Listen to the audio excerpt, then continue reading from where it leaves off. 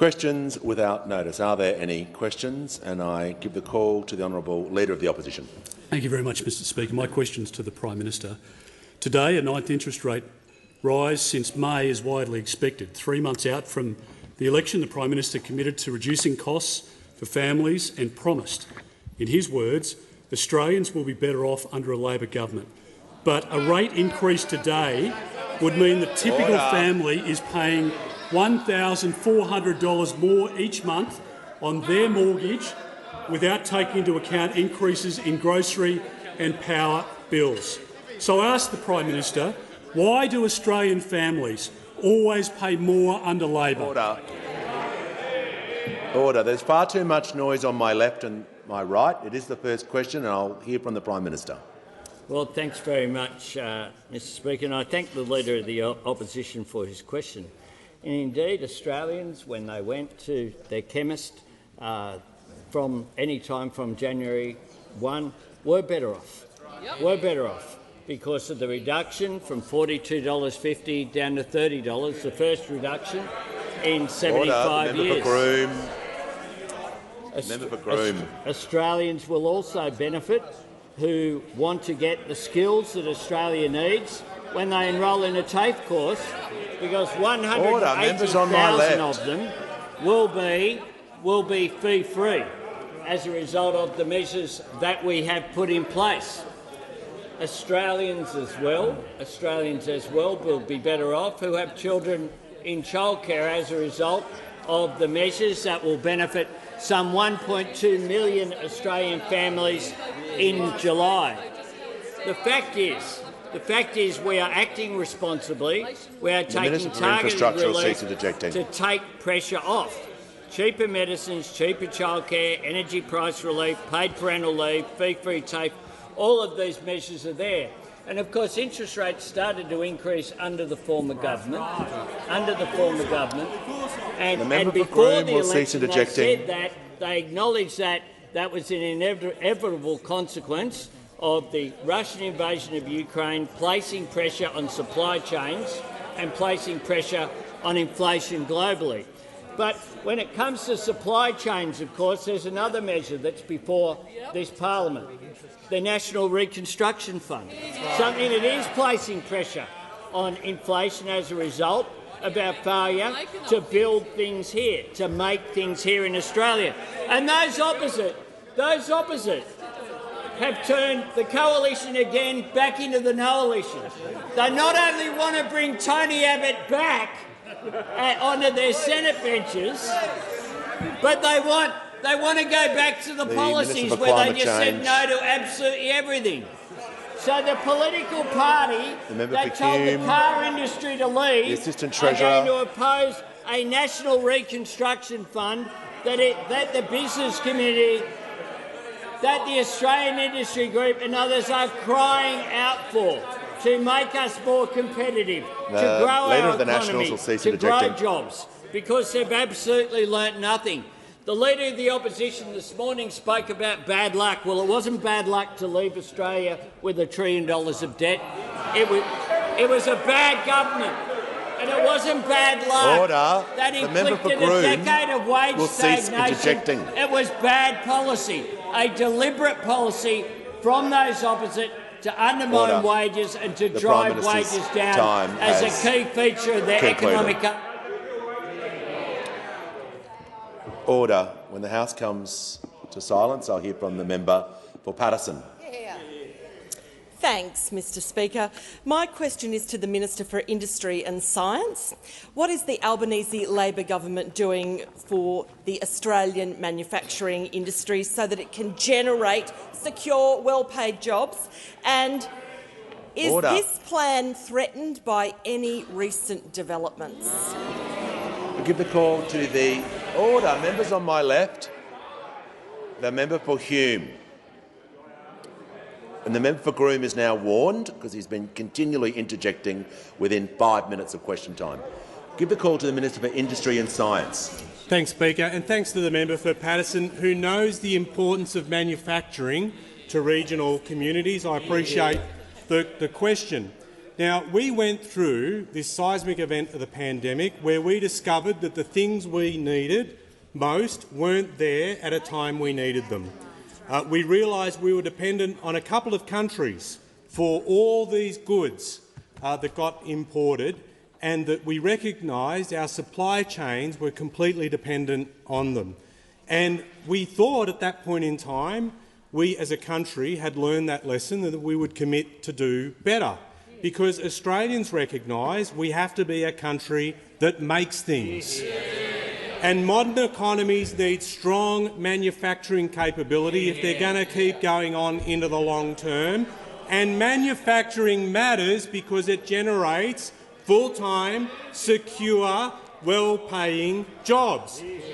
And with all that in mind, that is why we have committed, the Albanese government has committed to one of the largest investments in Australian manufacturing capabilities in peacetime, the $15 billion National Reconstruction Fund that will look at priority areas, value-add in resources, value-add in agriculture, looking at low-emissions technology manufacture, transport, in medical sciences and, importantly, critical technologies that will be important to give the economy edge longer term. Independently run, with an investment mandate, looking at delivering a return to the taxpayer, building capability, and not a colour-coded spreadsheet in sight. Politicians not making the call, the investment decisions made in the national interest, not in political interest. And given all that, what happens? Members on my left, the Deputy Leader of the Opposition. The coalition roars back. The coalition roars back to life. The unreconstructed Tony Abbotts, with no doubt their National Unreconstruction Fund in the wings there. There they are, wanting to say no to growing the economy, wanting to say no to growing jobs, wanting to say no to Australian manufacturing, wanting to stop that longer-term benefit that's required. And their criticisms from a bunch of people who brought you sports rorts, they brought you regional rorts, and they spent in the weeks leading into election manufacturing grants not being there, only interested in manufacturing when it manufactures a vote. That is the only time they are interested. Being lectured on transparency when they had a secret industry minister in their ranks. And they're telling us we should be transparent. I mean, please, it is a joke. We will do what's right for this country. We will make sure manufacturing is revitalised. We'll do the right thing.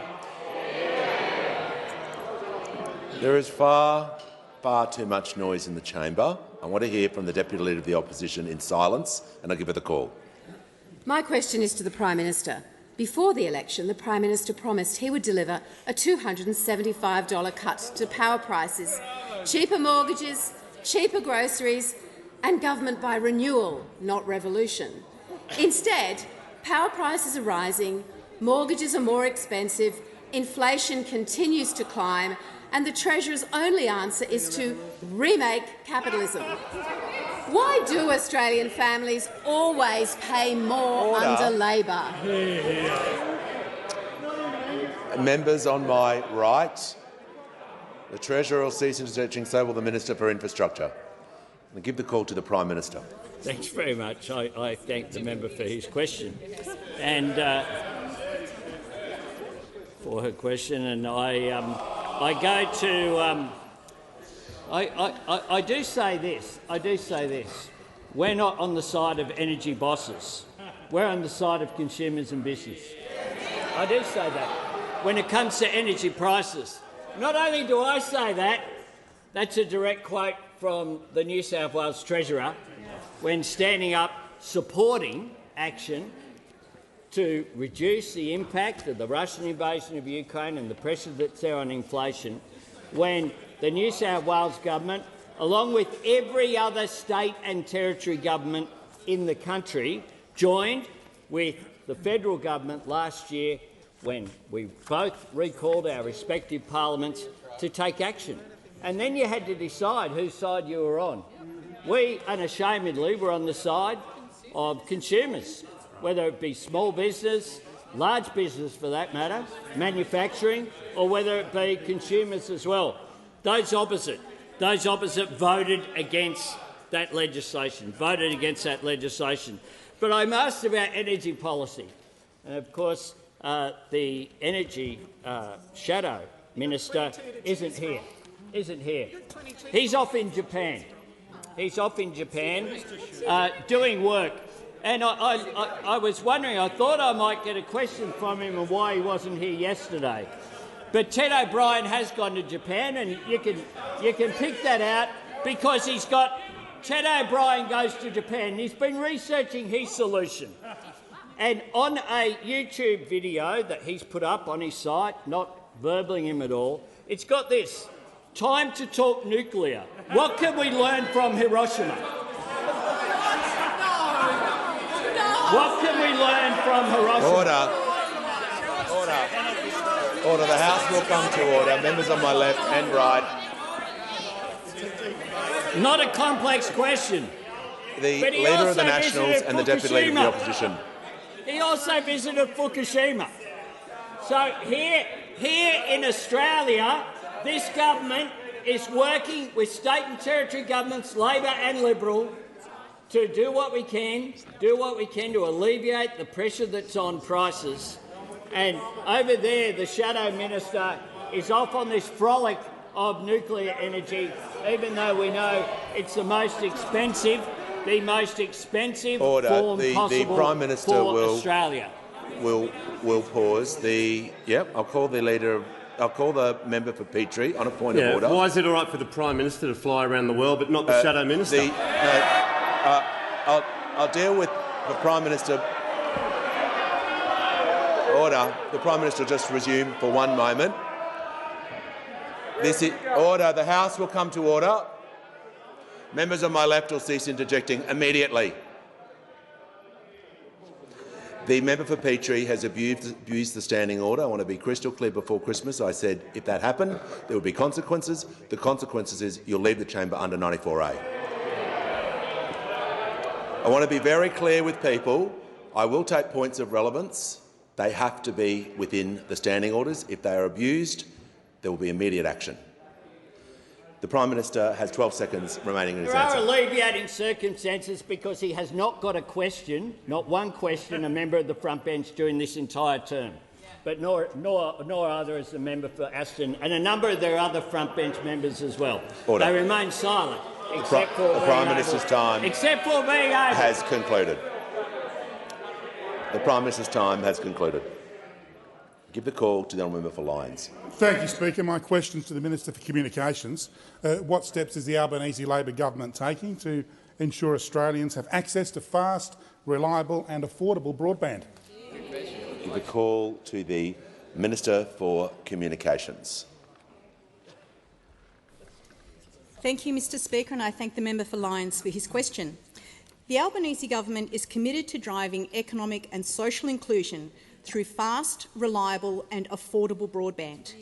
Broadband isn't a nice-to-have, it's essential, like electricity and water. But too many Australians have a connection that's slow and unreliable.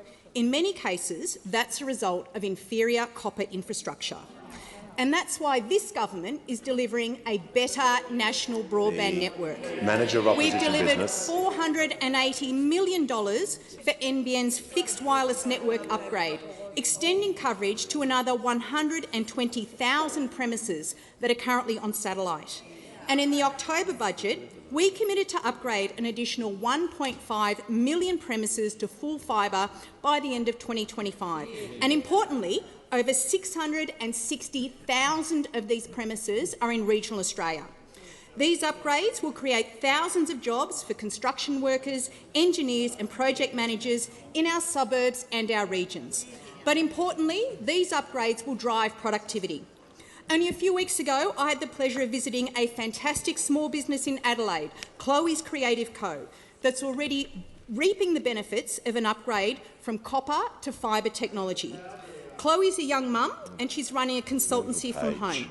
She said her fibre upgrade is a game changer. Her uploads and downloads are faster, her connection is better quality and she's able to spend more time growing her business rather than dealing with dropouts. These, Mr Speaker, are the tangible economic dividends that come from reliable broadband, and that is what the Albanese government is delivering. But, Mr Speaker, our approach also places greater emphasis on affordability. We've reset the NBN special access undertaking process. We have reversed a proposal made under the former government that, if implemented, would have allowed broadband prices to increase by more than CPI on some products. And finally, Mr Speaker, the pandemic showed us that there were tens of thousands of families right around Australia who, for whatever reason, did not have any access to the internet. And that meant that during remote learning, children in these households were at a distinct disadvantage. And that's why last week the government launched our $4.5 million school student broadband initiative.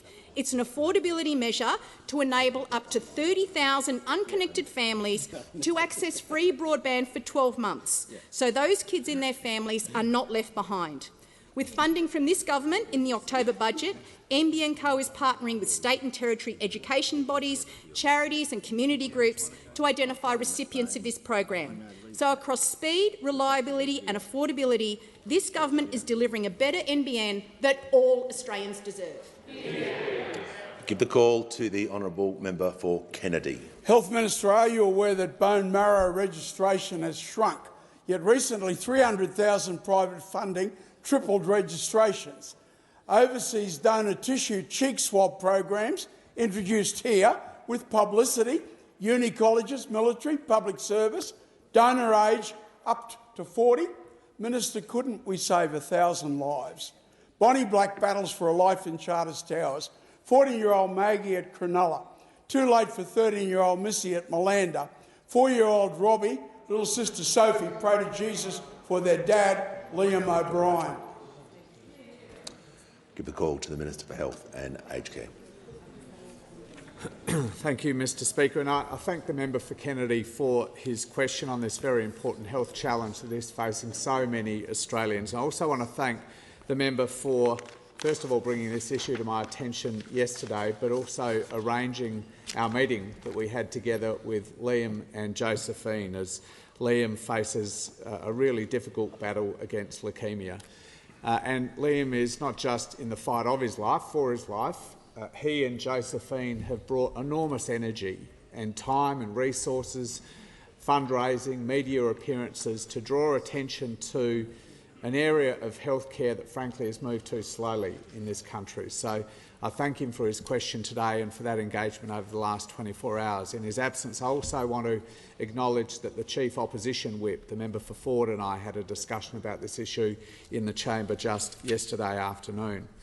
As the member knows, and many others will, bone marrow donations provide the stem cells that are required for stem cell transplants, some life-saving treatments today for people who are fighting leukaemia or a range of other blood cancers. It's clear to me, though, that Australia has not moved fast enough to enable more effective matching of bone marrow donors with patients like Liam and so many others that the member mentioned in his question. It's also clear to me that our bone marrow donation system in Australia is too small. There aren't enough people on the registry. It's too slow, and it's not kept up with international standards, including on things like cheek swabs and age limits on donors.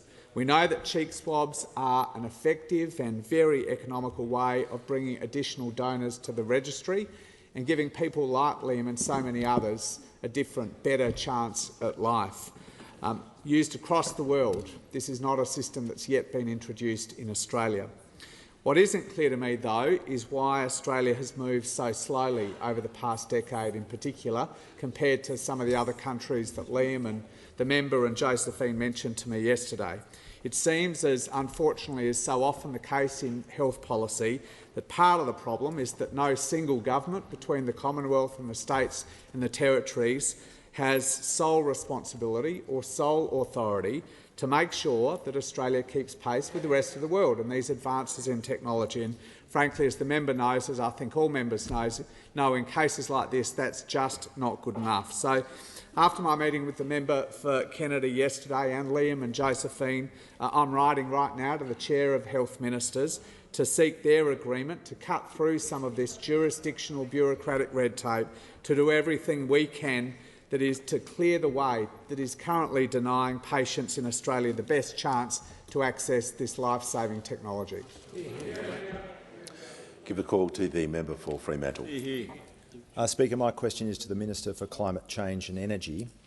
How is the Albanese Labor government taking action after a wasted decade to build a cleaner, more reliable energy future while helping Australians with cost of living pressures? Give a call to the Minister for Climate Change and Energy. Very much, Mr Speaker. I thank the member for Fremantle for his question and, of course, his leadership in all matters climate and environment related over his time in this parliament. And as he knows and as the House knows, this government was elected with a mandate of rebuilding Australia's energy system after 10 years of denial and delay and dysfunction, Mr Speaker. And we did that with a view to building our energy grid to become 82% renewable by 2030, which is ambitious but achievable, and we will be world-leading when we achieve it. And of course, Mr Speaker, we've started implementing the policies to do just that. Importantly, rewiring our country, rewiring the nation, our commitment to rebuild our energy grid. And just before Christmas, the Prime Minister and I went to the Hunter Valley to join with the Premier and Energy Minister of New South Wales to announce our New South Wales commitments on rewiring the nation. $7.8 billion total of funding, which will unleash renewable investment right across New South Wales. I know the member for New England hates renewable investment, including in his electorate, but the people of New South Wales welcome it, Mr Speaker, because this will create 3,900 jobs right across New South Wales. And of course this builds on our previous commitments, the governments of Victoria and Tasmania. And in Victoria, our commitments create 2,000 jobs and, of course, importantly, Marinus Link, which will provide the second and third links between Tasmania and the mainland and will enable Tasmania to reach 200% renewables, Mr Speaker, creating 2,800 jobs in the process. We understand that emissions down and jobs up is the driving motivation of rebuilding our energy grid and unleashing that renewable investment. And of course, we're also implementing the capacity investment mechanism agreed unanimously by myself on behalf of the Commonwealth and every state and territory minister, again just before Christmas, which will unleash a minimum, conservatively, $10 billion worth of investment and 6 gigawatts of clean, dispatchable power, Mr Speaker. Now, that's very important because over the last decade we saw, as the House might recall, 4 gigawatts leave the grid and only 1 gigawatt of dispatchable energy come onto the grid, which is a big part of the challenge we are facing today. And of course we've also abolished the member for Hume's failed underwriting new generation investment scheme and recommitted the money to a big battery program, and I was pleased to announce 8 big batteries at a cost of $179 million just before Christmas, Mr Speaker. That is what good government does. Gets on with the job. Doesn't delay, doesn't deny, doesn't dissemble, gets on with the job. That's what the Albanese government's doing, because we know that the cheapest form of energy is renewable energy. We don't need to go to Japan to make videos in Hiroshima about energy. We're getting on with the job. The Minister's time has expired. Before I call the member for Flinders, I'm pleased to inform the House that present in the gallery today is Gretel Buata, a Commonwealth Games gold medalist with the Australian Diamonds netball team. On behalf of the House, I extend a very warm welcome. I give a call to the member for Flinders. My question is to the Prime Minister. An elderly couple in my electorate of Flinders, Joe and Julie Saragusa, were contacted by their energy company in January and were advised they were facing an increase of over $667 on their gas bill over the next 12 months. This is the very opposite of the Prime Minister's promised $275 reduction in power prices. Why do Australians always pay more under Labor? Give the call to the Prime Minister. Order. Members on my right will cease interjecting. The Prime Minister will be heard in silence. Give a call to the Prime Minister. I thank the member for Flinders for her question, and I say that we acknowledge that there are cost of living pressures on Australian families at the moment, which is why we don't sit back and do nothing about it, which is why we don't vote against it, which is why we come in here and we take action. We take action in the short term and in the long term, which is why we introduced the legislation and brought Parliament back last December. And I don't understand why those opposite came in here and voted against that change, including the member for Flinders. Order. Because as the New South Wales Premier said at the time, this is focused on putting downward pressure on household bills right across New South Wales. He said this: "We know it's a difficult time, and I think the country coming together to deal with this across party political lines shows the maturity that we have to make sure we're putting people first, not playing politics and getting to a point where households and businesses across our state are in a much better position in what will be a difficult time with rising electricity prices." Now, those opposite used to acknowledge that there was an issue with the Russian invasion of Ukraine and the pressure that was placing on energy prices. The Leader of the Nationals. But now they don't seem to acknowledge that at all. But the business community certainly get it. The business community absolutely get it, which is why the Manufacturing Australia, the peak organ. The Prime Minister will pause. I'll hear from the Manager of Opposition Business. Well, it's a point of order on relevance, Mr Speaker. Joe and Julie Siragusa are facing an increase of over $667 on their gas bill. What is your message for them? Well, the order on the point of order, I'll hear from the Leader of the House. The point of order. It's very clear when a question is asked about using an individual as a reference, it's completely in order to talk about the policy area. Completely in order. The question was about energy prices. The Prime Minister is being directly relevant by talking about energy prices. There was individuals mentioned in the question. He's referring to the policy, and I'll invite him to continue his answer. Thanks. The question was about consumers and energy policy and the price. Here's what Energy Consumers Australia CEO said: "We applaud and support all elements of the proposed gas market reforms." That's what they said.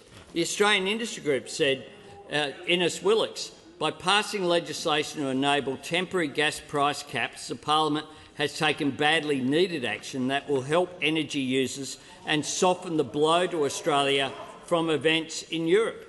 The Business Council of Australia, Jennifer Westacott, said, "It's good that state and federal governments have found a way through. Australia's energy system has been stuck in a loop for too long, and Australians are paying the long-term price of short-term action." And that's exactly right. That's exactly right.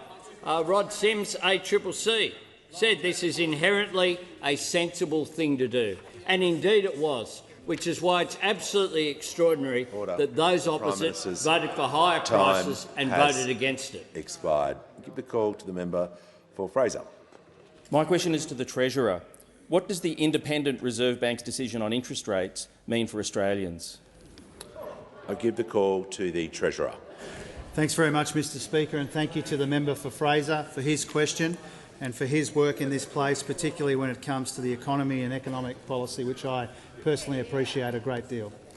As expected, Mr Speaker, the Independent Reserve Bank has just announced its decision to increase interest rates by another 25 basis points. That brings the cash rate to 3.35%. Now, each of these interest rate rises, which began before the election, have put extra pressure on Australians and put extra pressure on the Australian economy as well. And I think we understand in this place, certainly the Australian community understands, that the Reserve Bank makes these decisions independently, and it's not our job in this place to interfere or to second-guess their decision-making or pressure them in any way. It's our job to focus on the broader pressures that are coming at us from around the world and being felt around the kitchen tables of this country. And our plan to address this high inflation, which is causing these rising interest rates, has three main parts to it. The first is to deliver responsible cost-of-living relief in a way that doesn't add to inflation and which has an economic dividend. Think cheaper early childhood education, cheaper medicines, and also taking some of the sting out of these electricity price rises that we expect to see in our economy. The second part of our plan is obviously to deal with the issues in our supply chains and in our workforce. I commend the Minister for Industry, the Minister for Skills and Training and other ministers who are working diligently to deal with these supply chain issues which have been pushing up inflation in our economy in conjunction with the pressures coming at us from around the world. And the third part of our plan is to show spending restraint which would be unrecognisable to those opposite, Mr Speaker. And we saw that in the October budget, banking 99% of the upward revenue surge over the next 2 years. You see that in payments falling in real terms over the next 2 years. You see that in real spending being essentially flat over the forward estimates. And that approach has been endorsed by the IMF just last week, Mr Speaker. They said it's supportive. Our approach is supportive of the approach being taken by the Reserve Bank. And in reaffirming Australia's AAA credit rating recently, agencies such as Standard & Poor's, Fitch and Morningstar have all pointed to the government's spending restraint and broadly neutral fiscal stance. Mr Speaker, inflation is unacceptably high. There's no use pretending otherwise. It will hang around for longer than we'd like, but there is growing evidence that inflation is expected to have peaked in our economy and is now beginning to moderate. Our job, the responsibility that we take, is to do what we can to address these inflationary pressures in our economy and to take the pressure off Australians where we responsibly can. Give the call to the honourable member for Barker. Thank you, Mr Speaker. Mr Speaker, my question is to the Prime Minister. Nippies, a family-run food manufacturer located in my electorate, is facing a 92.5% annual increase on their energy contract. That's an increase, Prime Minister, of more than $900,000. Prime Minister, why do Australians always pay more under Labor? Order. There is far too much. The Treasurer will cease interjecting. The Assistant Treasurer will also cease interjecting so I can hear from the Prime Minister in silence. Call the Prime Minister. I thank the member for Barker for his question about increased prices for manufacturers. And the same person who came in here in December and voted against lower prices for manufacturers. Manufacturers are getting hit by higher gas prices. Members on my left. There is far too much noise during question time. I cannot hear a word that is being said. And I call the Prime Minister. And what we did, along with state and territory governments, along with the sectors such as working with the Australian Industry Group and Australian manufacturers, along with energy consumer groups, was to come up with a plan that is being implemented for a short-term price cap on gas of $12. Now, $12 the member for Groom will leave the chamber under 94A.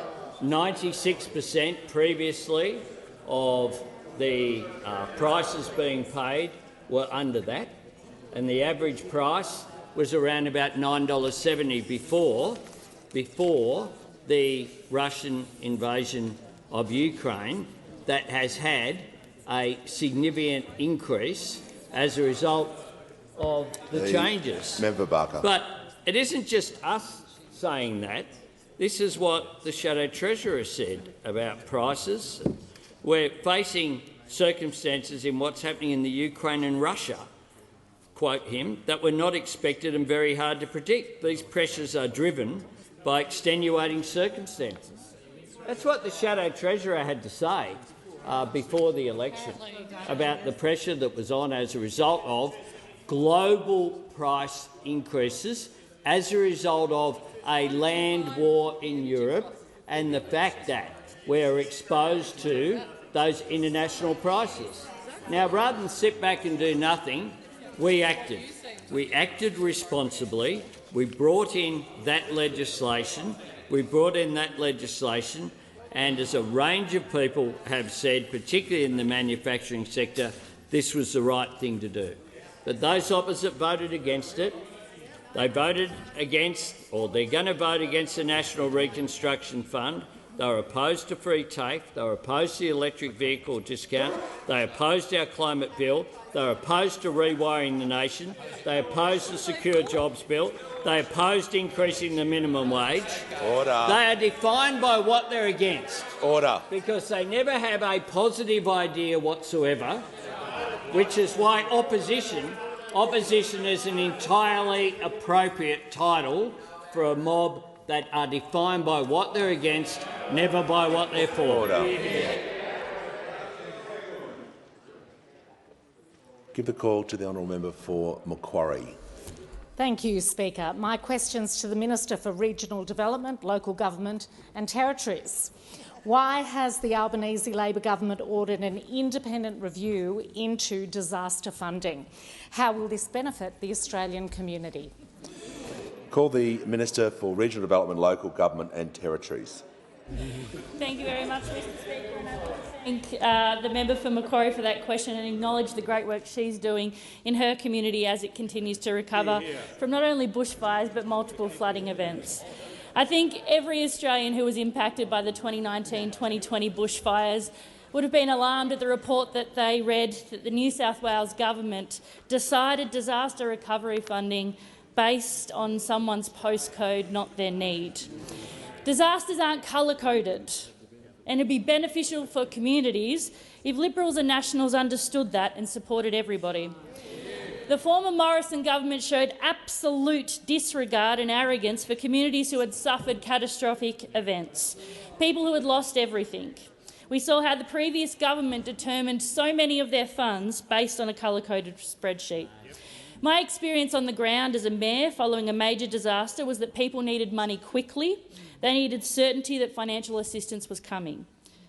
What they told me, and what they definitely didn't need, was competitive grant funding, which pulled communities apart instead of bringing them together when they needed it. My friend, the member for Richmond, said yesterday there was a failed support in her area. They were denied extra funding support when they needed it the most. Natural disasters and their communities shouldn't be politicised. But we've seen this course of action time and time again from those opposite. It is the reason that our Prime Minister has announced an independent review into disaster funding arrangements. It will take forward the work the government is doing with states and territories to review the jointly funded disaster recovery funding arrangements. We do not need to see another repeat of a funding program that lacks transparency and integrity, another program where dollars flow out depending on your postcode. Because this country, Australia, was built on mateship, on helping out those in need when they need it, not on who you did or didn't vote for.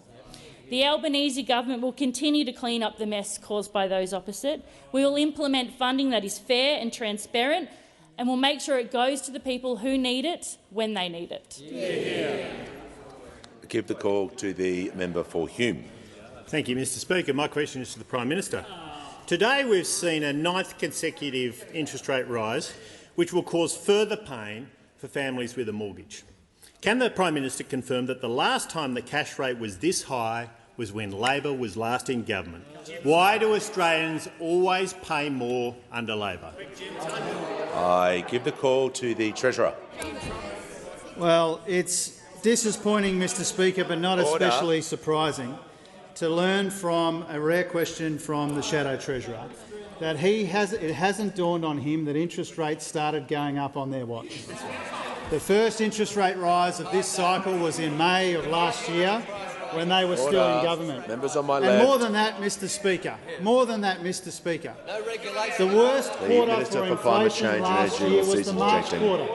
So in a difficult year for inflation, which was interjecting. 7.8% in 2022, the biggest contribution in quarterly terms was the March quarter when those opposite were in office. Member for Deakin. And so, Mr. Speaker, when it comes to the cost of living and the Order. additional pressure placed on Australians and on the Australian economy by higher interest rates, one of the most important things that we can do as a government is to clean up the mess that the member for Hume left of our energy markets. And question after question from those opposite, about people who are doing it tough in this community ignores a very basic fact that when we asked the parliament to help people out and make their electricity bills a bit cheaper, they voted against it. Order. The House will come to order. Members will cease interjecting so I can hear from the member for Hume on a point of order. Relevance, Mr Speaker. Australians want to know why their interest Resume rates your always seat. go— That is not a point of order. Because of the member's seniority, he won't be dealt with the same way as the member for Petrie. If you want to state a point of order, you do it shortly. You do not add additional comments. I hope that is very clear to the House, and I give the call to the Treasurer. Sometimes I wonder, Mr Speaker, if the Roads Committee have asked for their money back. Mr Speaker, The Treasurer will get to on with his explain answer. it to the—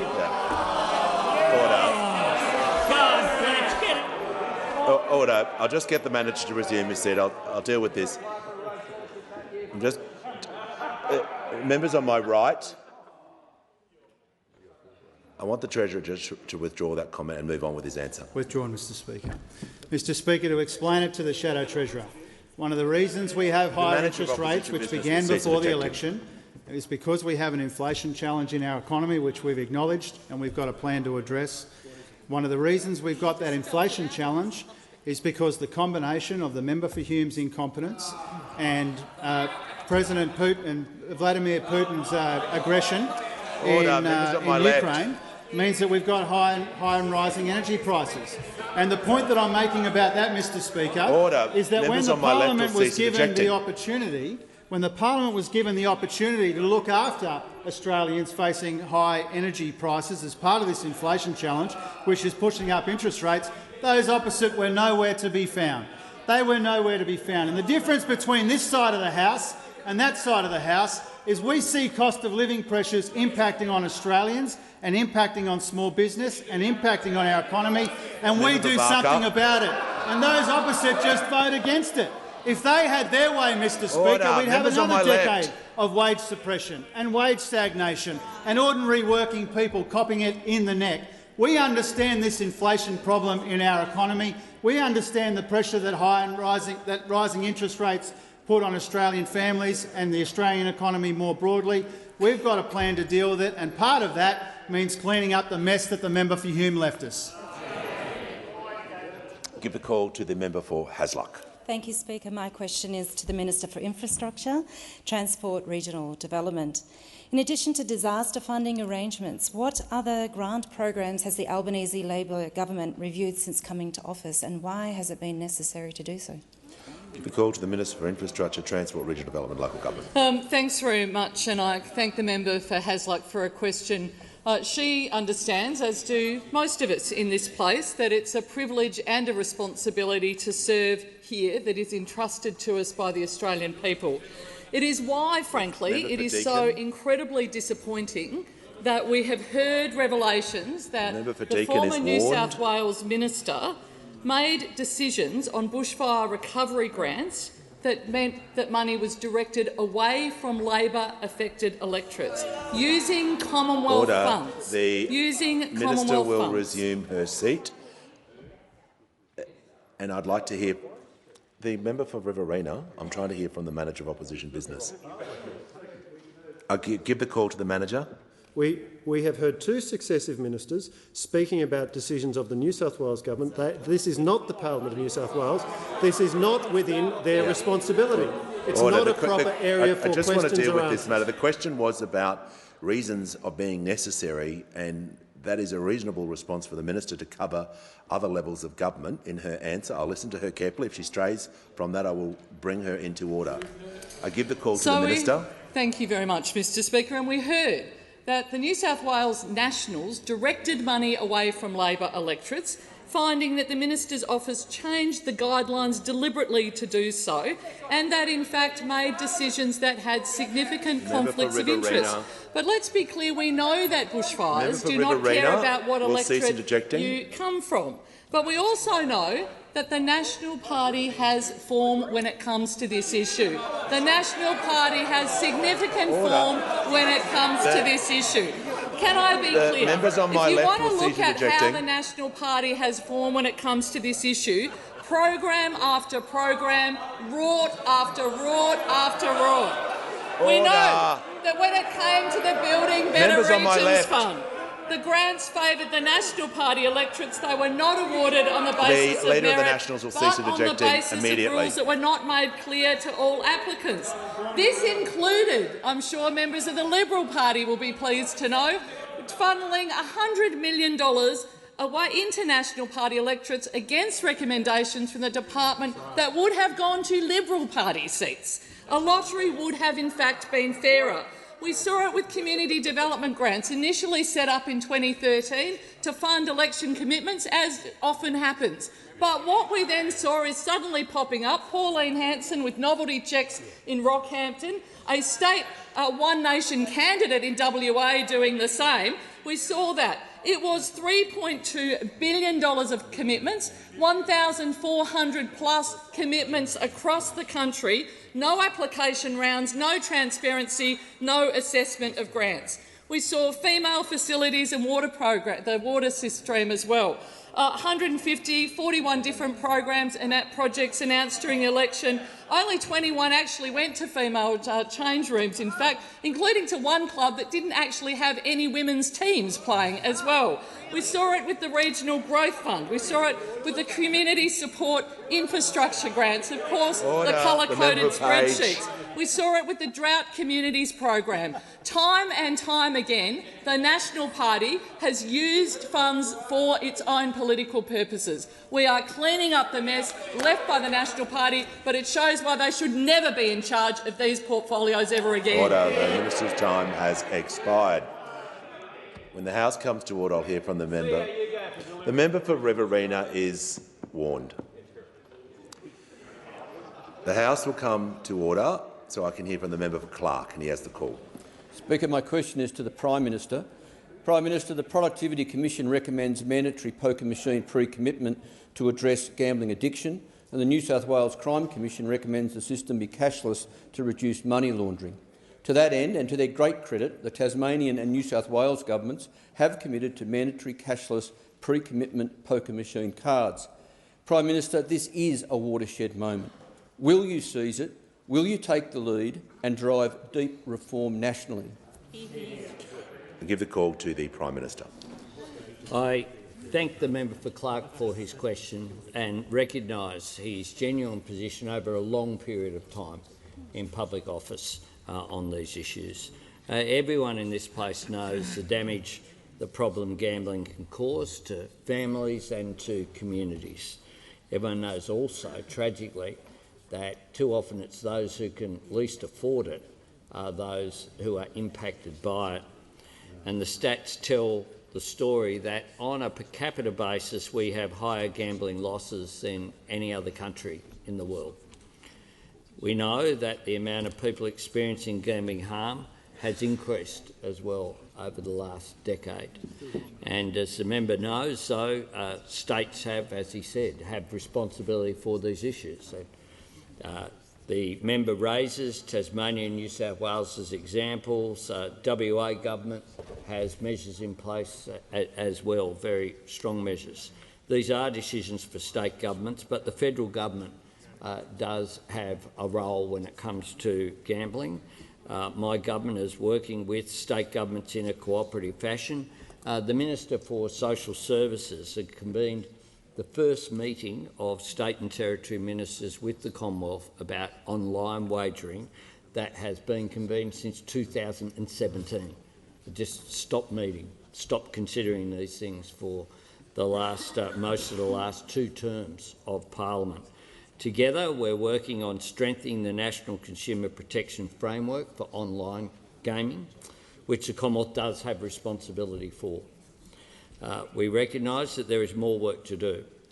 In addition to that, we've supported a House of Representatives committee to conduct an inquiry into online gaming, and we'll consider the recommendations from this committee after it has reported. And certainly I look forward to working with the member for Clark and other members, not just of the committee, but of the parliament on these issues. Give the call to the honourable member for Parramatta. Is to the Minister for Workplace Relations. Since passing the Secure Jobs Better Pay Act last year, how has the Albanese Labor government delivered on its commitment to get wages moving again by reinvigorating enterprise bargaining? Give a call to the Minister for Employment, Workplace Relations and Minister for the Arts. Thanks very much, Mr Speaker. I thank the member for Parramatta for the question. It's surprising that we're able to have this conversation because we were all assured last year by Senator Cash that we were about to close down Australia. But we apparently are all still here. And when we said we would get wages moving and we said we'd get bargaining moving, it's happening. It is happening. So some changes have already taken effect with that in mind from the Secure Jobs Better Pay Bill. The highly politicised ABCC is no more. The gender equality and job security are now objects of the Fair Work Act. The reforms to the equal remuneration provisions, which support the Commission to order wage increases to address unequal pay and undervalued work, in particular to address the gender pay gap, are now law, fully proclaimed. Pay secrecy provisions have now been prohibited so that people can find out on new contracts whether or what they're allowed to say how much they earn. The amendments to the anti-discrimination provisions have taken effect. The provisions on the termination of enterprise agreements, where they used to just be able to go on forever, those provisions have taken effect. Making it easier to initiate bargaining has started. Dealing with errors in enterprise agreements can now be done sensibly without a mountain of red tape. And communications and materials from the Fair Work Commission, as was moved during one of the amendments, now have to be available in multiple languages. Importantly, as well as that, only last week the provisions for family and domestic violence leave became law in Australia, in what is world-leading legislation. But some of the provisions that have not yet taken effect have already had an impact, and I refer specifically to the multi-employer bargaining provisions. While the multi-employer bargaining provisions don't start for a few months, there are a number of businesses that made clear that they didn't want to be involved in multi-employer bargaining, and of course we said the likely behaviour that would happen would be single enterprise agreements would start to take off as a result of Secure Jobs Better Pay being law. That's exactly what's happened. So Coles, for example, who had refused to bargain and had not been at the bargaining table for some time, have said that they are, quote, committed to working collaboratively throughout the process of renewing their agreements this year. That's nearly 3 years after the last enterprise agreement had nominally expired. Similarly, ANZ, after 7 years of not being at the bargaining table, are at the bargaining table again. I welcome the positive engagement from those businesses. I welcome the fact that we said we'd bring people to the table, and they are at the table negotiating and bargaining again. We said we'd get wages moving, and it's happening. I give the call to the Manager of Opposition Business. My question is for the Prime Minister. Last week we learned that the CFMEU donated $4.3 million to Labor. This government has already abolished the Australian Building Construction Commission in exchange. What else are the corrupt CFMEU going to get from this government for their donations? I'm just going to ask the manager to rephrase that question, particularly with the word of corrupt involved. I'll give him another chance to rephrase the question. My question is to the Prime Minister. Last week we learned the CFMEU donated $4.3 million to the Labor Party. This government has already abolished the Australian Building Construction Commission in exchange. What else are the CFMEU going to get from this government for their donation? Yeah, just resume your seat. Order. Going to hear from the Leader of the House. Order. The Deputy Leader of the Opposition. I want to hear from the Leader of the House. Mr Speaker, to the reference in standing orders to references to improper motives, the question you asked for it to be rephrased. As Manager of Opposition Business, he always would have known that it was outside the standing orders when he asked it the first time. He's now, having been asked to say it a second time, is repeating the deliberate breach. And I draw it to your attention for a ruling. Order.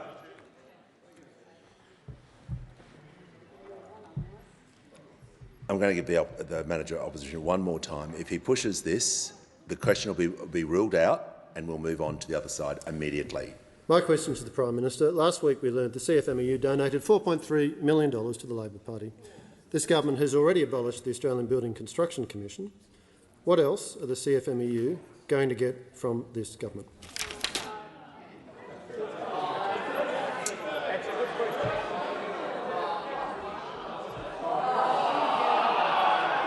Order.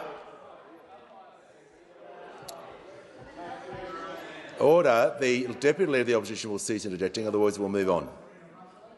The member for McEwen will cease interjecting as well. The Leader of the House. Mr Speaker, that preamble can only be part of the same question if it's in breach of standing orders. Yeah. I have. Yep, on the point of order, I'll hear from the Leader of the Opposition. On the point of order, the offending words, on your advice, in my interpretation, were in exchange, and the word corrupt, which prefaced the word the CFMEU. The Shadow Minister took out the word in exchange, so broke the nexus in terms of what he was trying to say in his question, and removed the word corrupt both on your instruction. And in that case, I don't see that. I know they're sensitive over this side, but it is not a breach of the standing orders to ask that question, particularly given the last part of the question, which is what the Manager of the Leader of the House is arguing, is that what else are the CFMEU going to get from this government for their donations? I mean, that is not in breach of the standing orders. Order. Order. The House will come to order. I have tried to be reasonable with this. Members are entitled to ask questions. The Leader of the Opposition just demonstrated, in my opinion, why the question is out of order. I'm moving to the next question. Order. I'm calling the member for Gilmore. My question is to the Minister for the Environment. The State of the Environment report found that nature in Australia is in a poor state and deteriorating. What is the Albanese Labor government doing to reverse this trend to protect and repair Australia's environment? The call to the Minister for the Environment and Water.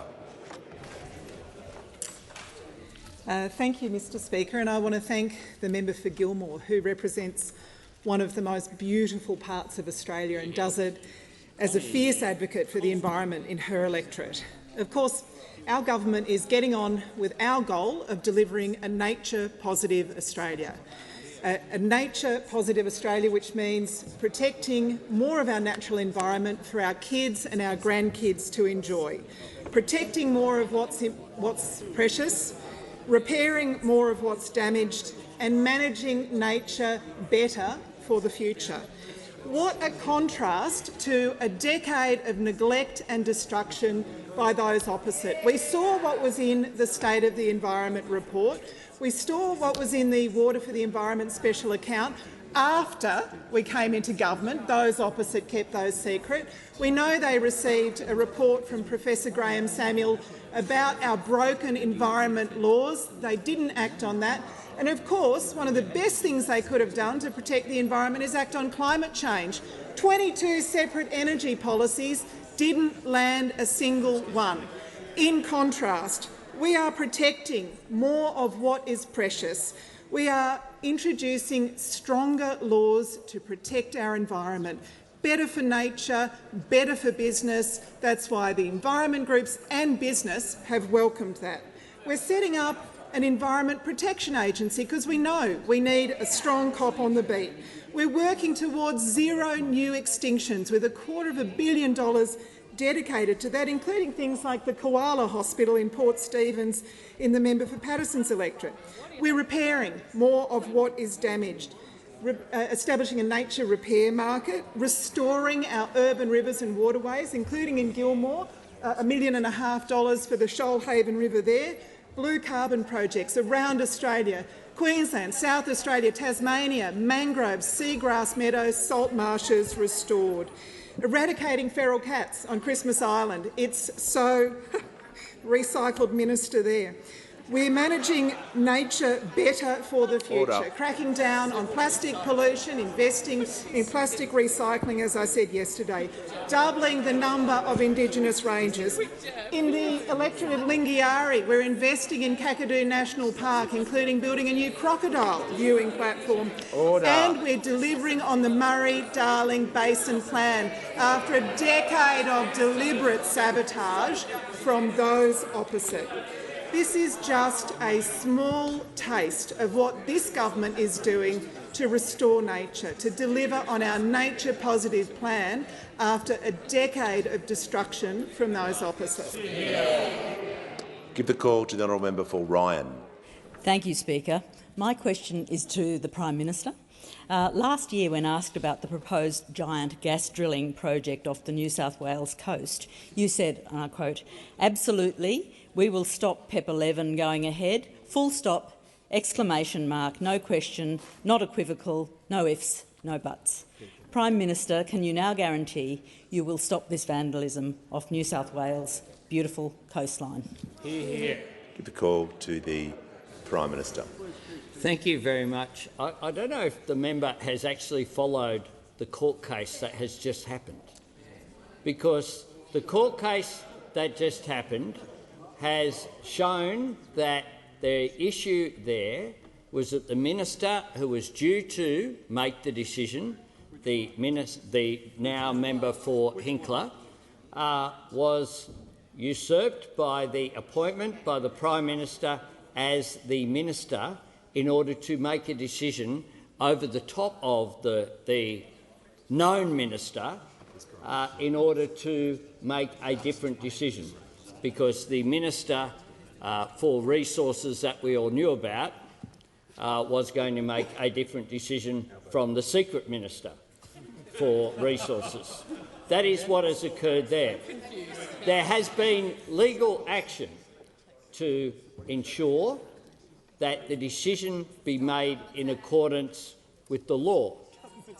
This government will make decisions in accordance with the law, and that means that the one Minister for Resources that this government has, who you all know about, will make a decision on its merits as the law requires. To do otherwise is to ensure there will be another court case.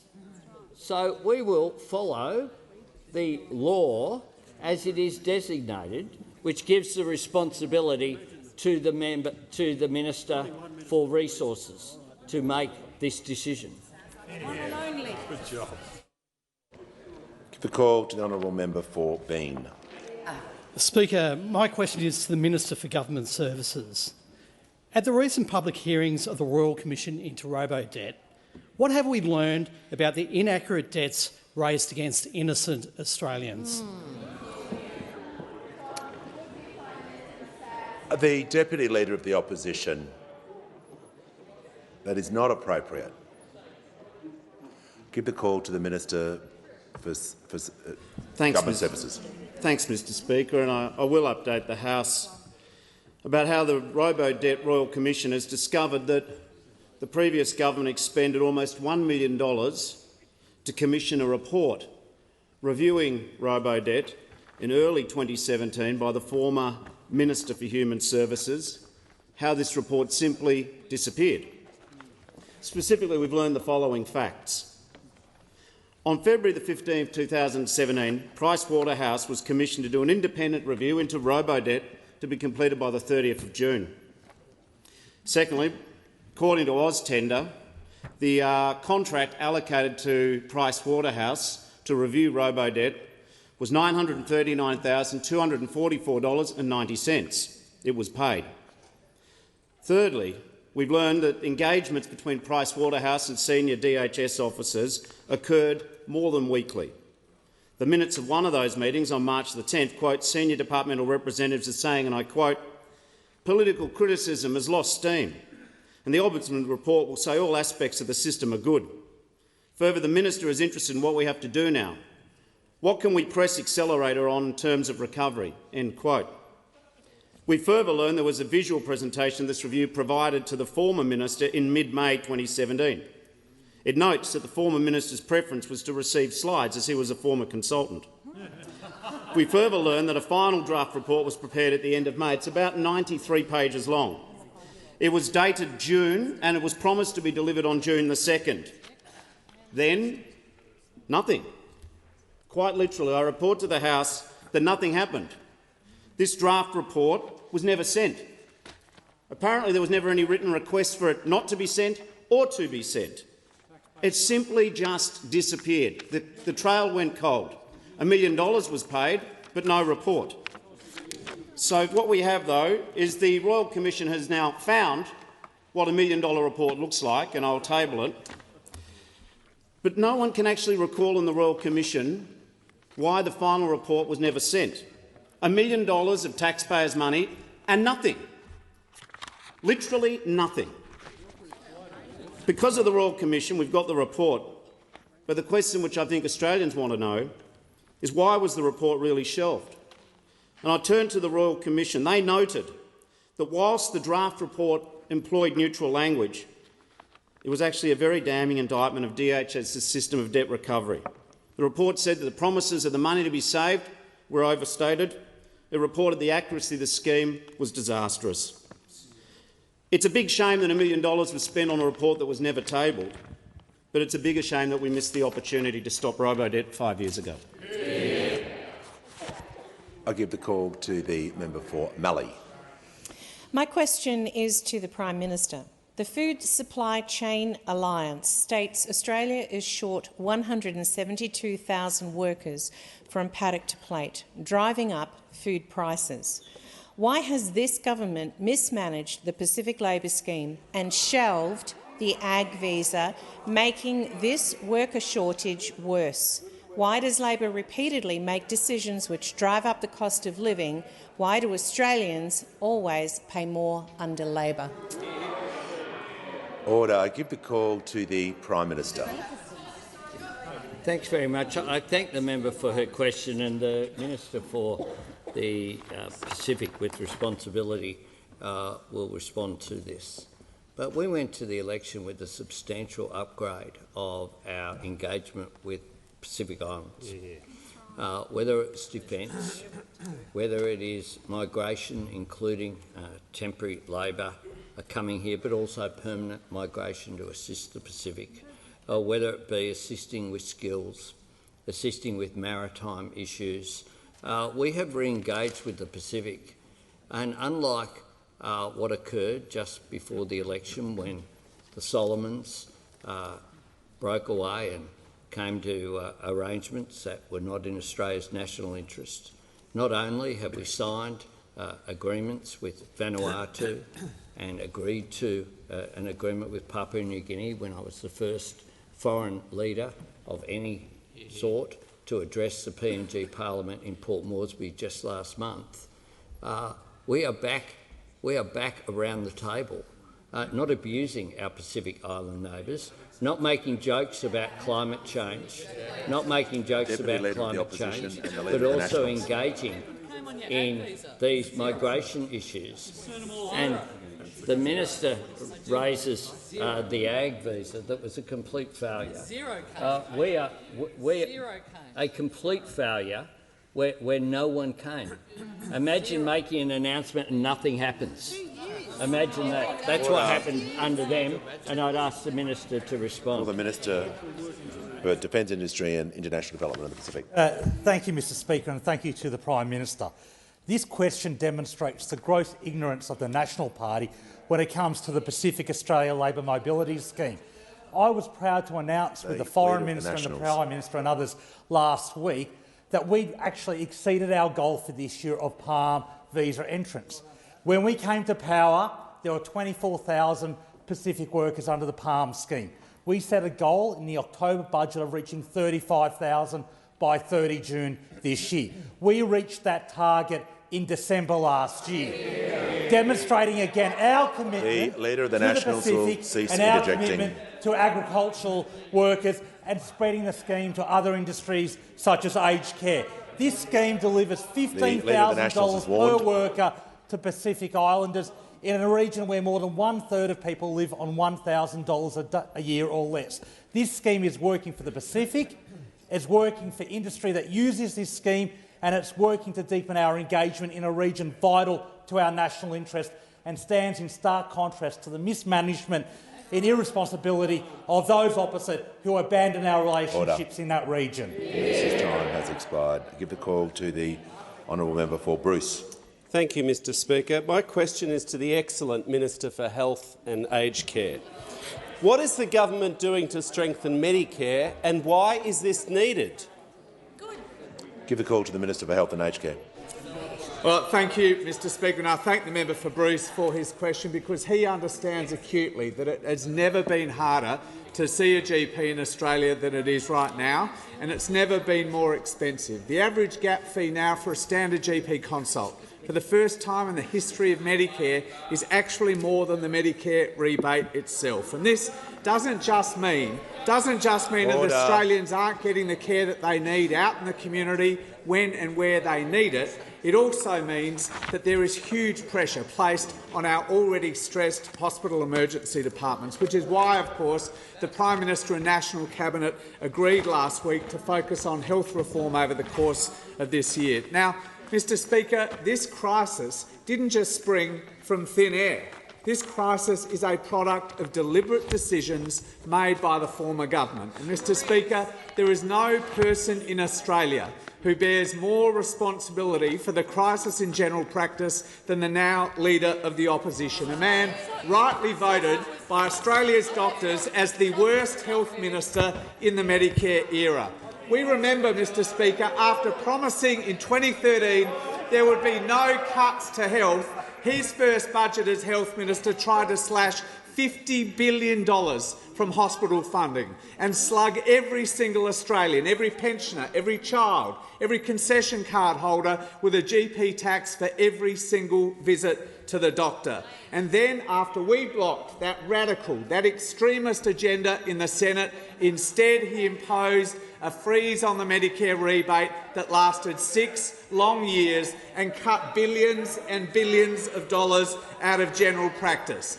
But now, once again, Mr Speaker, it falls to a new Labor government to start fixing up the mess the coalition always leaves in healthcare, to fix the vandalism to a system of universal healthcare cherished by the Australian people but has always been hated by the Liberal and National parties. Mr Speaker, we are getting on with the job of strengthening Medicare. Just last week, the Prime Minister and I were in Perth with the Western Australian Health Minister, Amber Jade Sanderson, opening expressions of interest for the 7 urgent care centres that we promised the people of Western Australia. Centres that will be delivered this year, that will be open 7 days a week from 8 a.m. to 10 p.m. and will completely be free of charge, fully bulk billed. Every single state and territory government, Liberal and Labor alike, Mr Speaker, have cooperated deeply with us on this program because they understand urgent care clinics won't just make it easier and cheaper to see a doctor when people need it, it will take much-needed pressure off their hospital system. Fixing 9 years of cuts and neglect doesn't happen overnight, but this government has no higher priority than strengthening Medicare. The call to the Prime Minister. I'd ask that further questions be placed on the notice paper.